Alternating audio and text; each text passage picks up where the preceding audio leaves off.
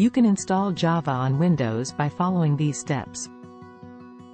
Download the latest version of Java from the official website, https://www.java.com/n/download/. Once the download is complete, double-click on the downloaded file to start the installation process. The installation wizard will guide you through the installation process. Follow the prompts and click Next to proceed. Read and accept the license agreement and click Next. Choose the installation location and click Next.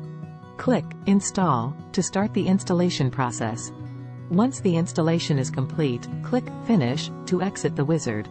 To verify that Java is installed on your computer, open a command prompt and type Java version. If Java is installed correctly, you should see information about the installed version of Java. Congratulations, you have successfully installed Java on your Windows computer.